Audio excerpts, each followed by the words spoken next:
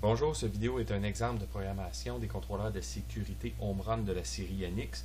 Le contrôleur de sécurité est accompagné de cartes de sécurité d'entrée-sortie.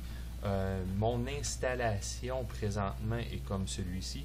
Donc, j'ai un automate de la série NJ qui lui est maître sur du réseau EtherCAT et mon contrôleur de sécurité est sur un rack NX qui fait partie du réseau EtherCAT.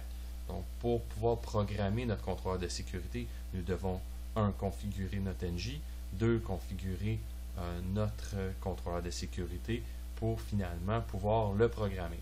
Afin de le programmer, nous utilisons le logiciel Sysmax Studio.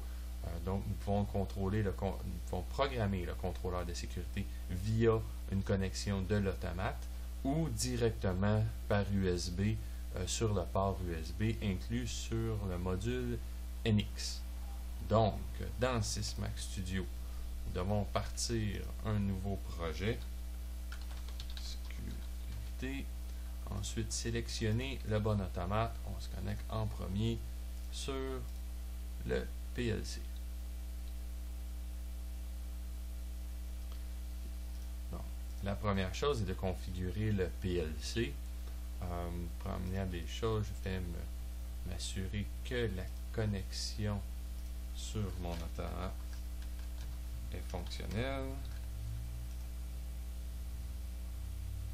Test OK, tout est beau. Donc, je vais pouvoir me connecter. Test de connexion.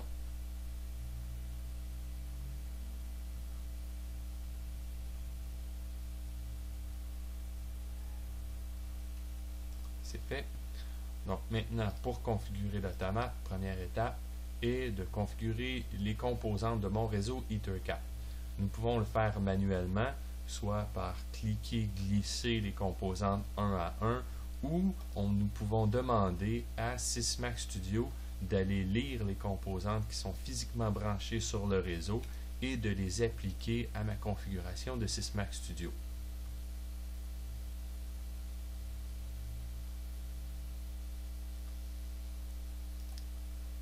Ceci étant fait, ma configuration du réseau EtherCAT est finie. Deuxième des choses, nous devons configurer les composantes sur le bus local de l'automate.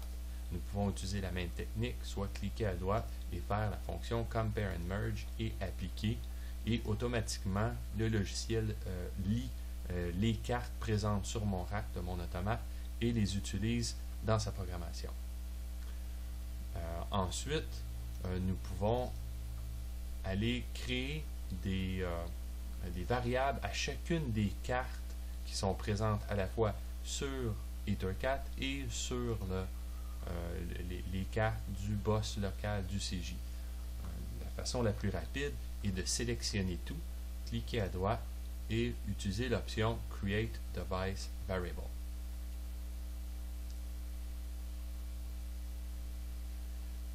Après quelques secondes, toutes les variables sont créées. L'idée, c'est que chacune des variables va commencer soit par un E, un N ou un J. Un E pour EtherCAT suivi de son numéro de nœud. Un N pour NX suivi de son emplacement, N1 étant la carte d'entrée ou sortie 1, N2 la deuxième carte, ainsi de suite, et J qui sont le JBoss, donc les cartes locales de l'automate. Finalement, pour la configuration de mon automate, je vais aller indiquer l'adresse IP que j'utilise présentement afin de ne pas perdre la communication quand je vais transférer le programme vers mon PLC. Une fois le contrôleur, le PLC plutôt configuré, nous pouvons sélectionner le contrôleur de sécurité par le menu déroulant en haut. Le menu déroulant permet d'aller sur le contrôleur de sécurité étant donné que sur EtherCAT, nous avons téléchargé les composantes présentes du réseau et nous y retrouvons un NX-SL, SL pour Safety Controller, et s'il fait partie de la liste, donc notre contrôleur de sécurité apparaît. En sélectionnant notre contrôleur de sécurité, nous entrons dans une nouvelle feuille de configuration et de programmation, celle-ci dédiée au contrôleur de sécurité. La première section est la configuration. Dans la configuration, nous devons identifier les entrées-sorties connectées sur les cartes.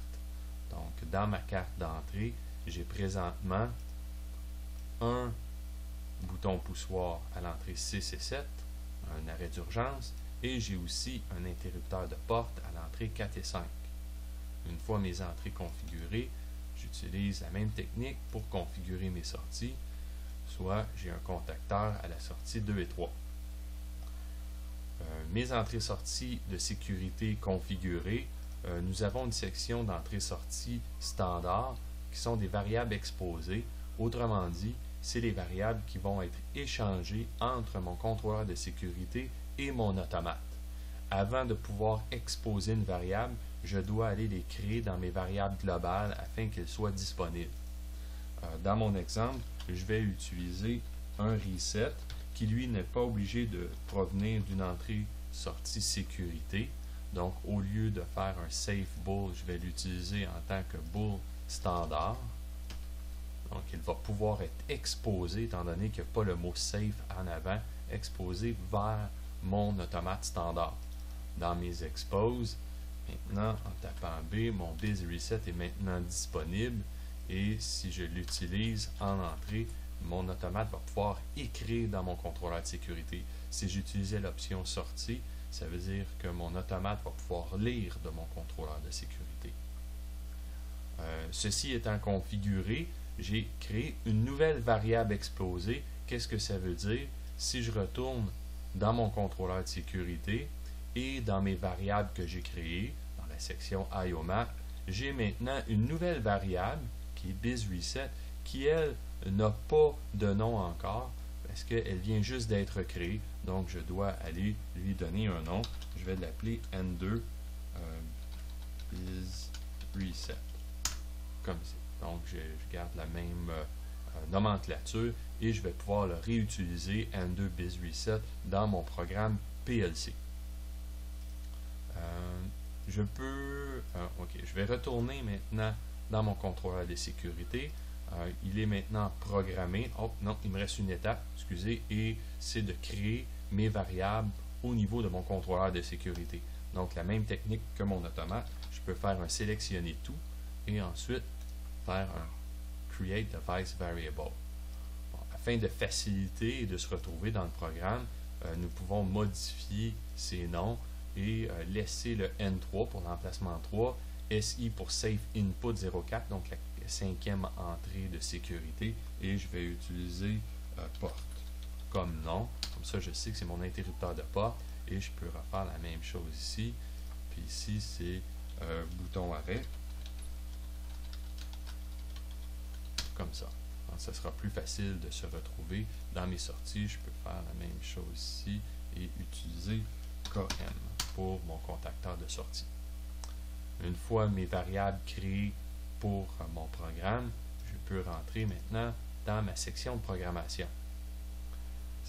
La programmation est de type FBD, Function Block Diagram. Les blocs principaux se retrouvent en dessous de la section Safety Function Blocks. Pour créer un arrêt d'urgence, une logique d'arrêt d'urgence, je dois utiliser le bloc de fonction Emergency Stop.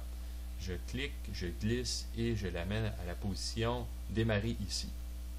Le function block apparaît. Comme tout function block, je dois lui donner un nom d'instance. Ensuite, une condition d'activation.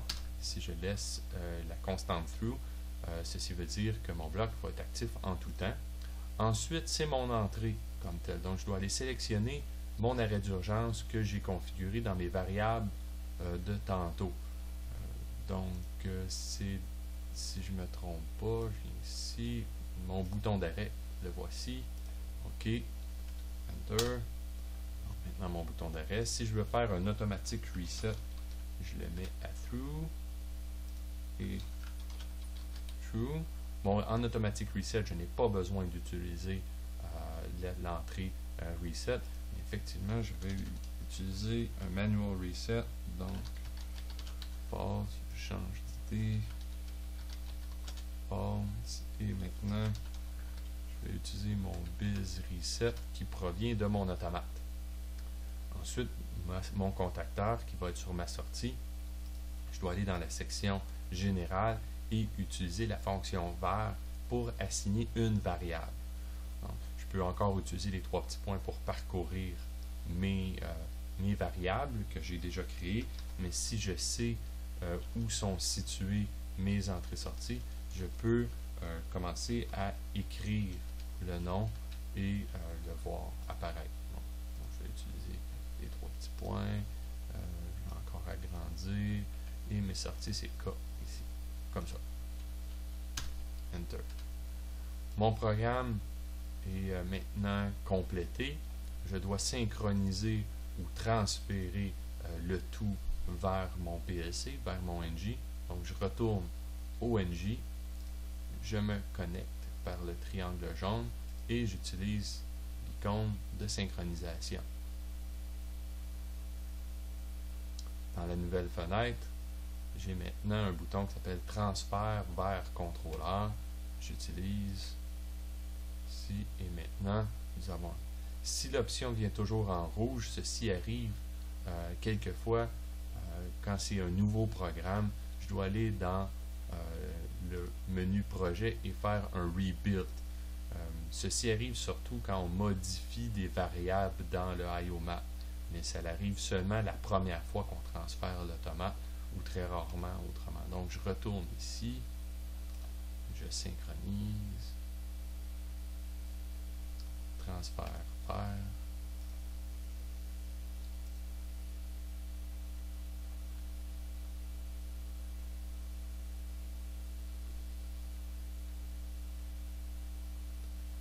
Maintenant, ça prend quelques secondes de plus, donc ça m'indique que le transfert est en train de s'exécuter.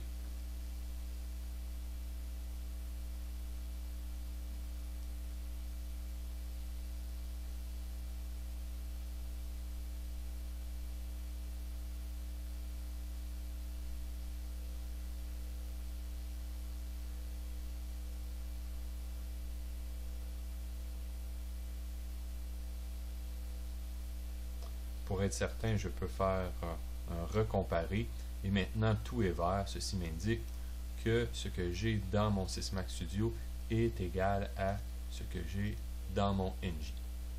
Au niveau du contrôleur de sécurité, je peux aussi tester mon programme. Je m'en vais dans mon programme, je clique sur le bouton du mode de dépannage, le Debug Mode.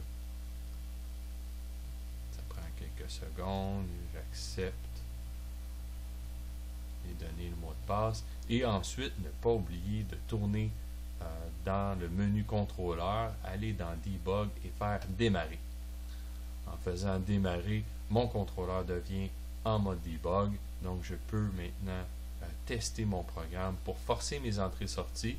Si je ne les ai pas physiquement branchées, je peux aller dans le menu View, créer une fenêtre de Watch et ajouter les variables à forcer comme c'est ici, et j'ai les modifier. Je peux cliquer à droite et faire un force également. Si je veux changer l'état de mon reset, qu'est-ce que je peux faire? Je peux aussi l'ajouter ici en faisant un biz reset, mais comme de raison, c'est une variable échangée avec mon PLC, donc je peux retourner sur le côté PLC, me créer une fenêtre de Watch comme celle-ci et aller chercher mon N5, c'était 5, non, c'était N3, excusez, c'est N3, oui, non, N2, biz reset, la voici est à N2 biz reset. Donc je peux aussi faire mon reset à partir d'ici. Si je crée un reset et je retourne dans mon contrôleur de sécurité, dans mon programme, maintenant ma sortie est valide, mon bouton d'arrêt n'est pas enfoncé. Ici, physiquement, je l'enfonce, j'ai perdu ma sortie et je dois faire un reset, soit localement ou par l'automate. J'espère que ceci va vous aider. Si vous avez des questions, contactez-moi sur OnRunBiz.